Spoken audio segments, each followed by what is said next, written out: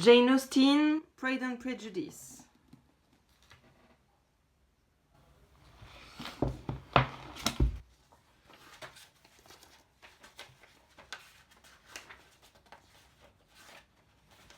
Chapter 1. It is a truth universally acknowledged that a single man in possession of a good fortune must be in want of a wife. However little known the feelings or views of such a man may be on his first entering a neighborhood, this truth is so well fixed in the minds of the surrounding families that he is considered as the rightful property of someone or other of their daughters. "My dear Mr. Bennet," said his lady to him one day, "have you heard that Netherfield Park is let at last?" Mr. Bennet replied that he had not. "But it is," returned she, "for Mrs. Long has just been here, and she told me all about it." Mr. Bennet made no answer. "Do not you want to know who has taken it?" cried his wife impatiently. "You want to tell me, and I have no objection to hearing it." This was invitation enough. "Why, my dear, you must know. Mrs. Long says that Netherfield is taken by a young man of large fortune from the north of England, that he came down on Monday in a chaise on four to see the place, and was so much delighted with it that he agreed with Mr.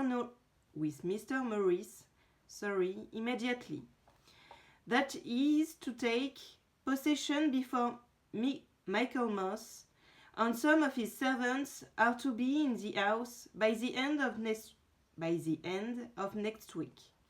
What is his name? Bingley. Is he married or single?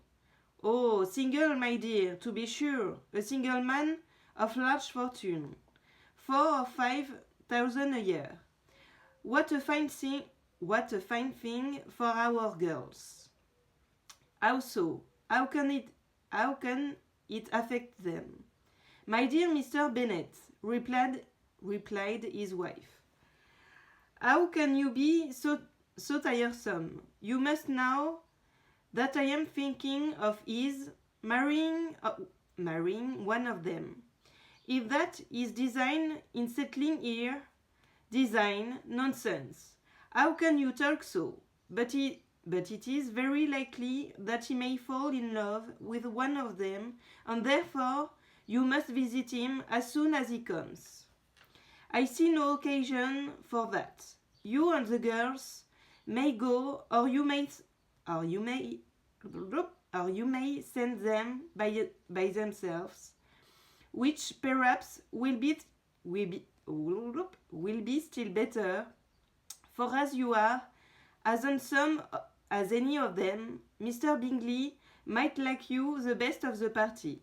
My dear, you flatter me. I certainly have had my share of beauty, but I do not pretend to be anything extraordinary now.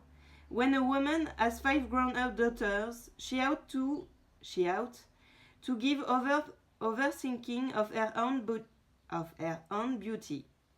In such cases, a woman has not often much beauty to think of.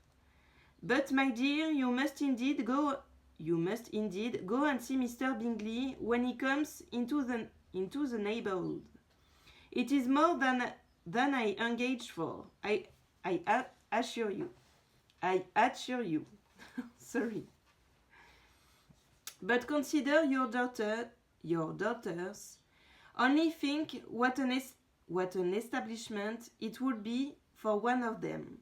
Sir William and Lady Lucas are determined to go merely on that account, for in general, they visit no newcomers. Indeed, you must go, for it will be impossible for us to visit him if you do not. You are over scrupulous, surely. I dare say Mr. Bingley will be very glad to see you, and I will send a few lines by you to assure him of my hearty consent to his marrying whichever he chooses of the girls, who I must throw in a good word for my little Lizzie. I desire you will do no such thing. Lizzie is not a bit better than the others, and I am sure she is not half so handsome as Jane, nor half so good-humoured as Lydia, but you are always giving her the preference. They have none of them much to recommend them, replied he. They are all silly and ignorant like other girls, but Lizzie has something more of quickness than her sisters. Mr. Bennet, how can you abuse your own children in such a way? You take delight in vexing me. You have no compassion on my poor nerves.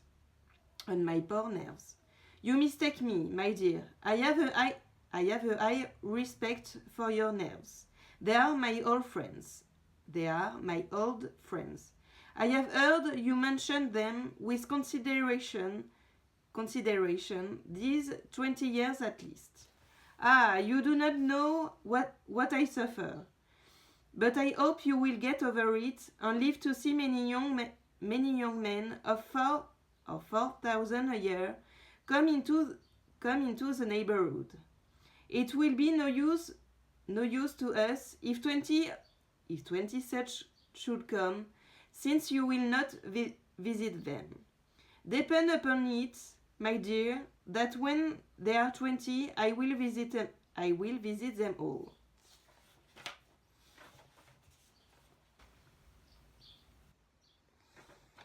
Mr. Bennet was so odd a mixture of quick parts, sarcastic humor, reserve, and caprice, that the experience of 20 years had been insufficient to make his wife understand his character.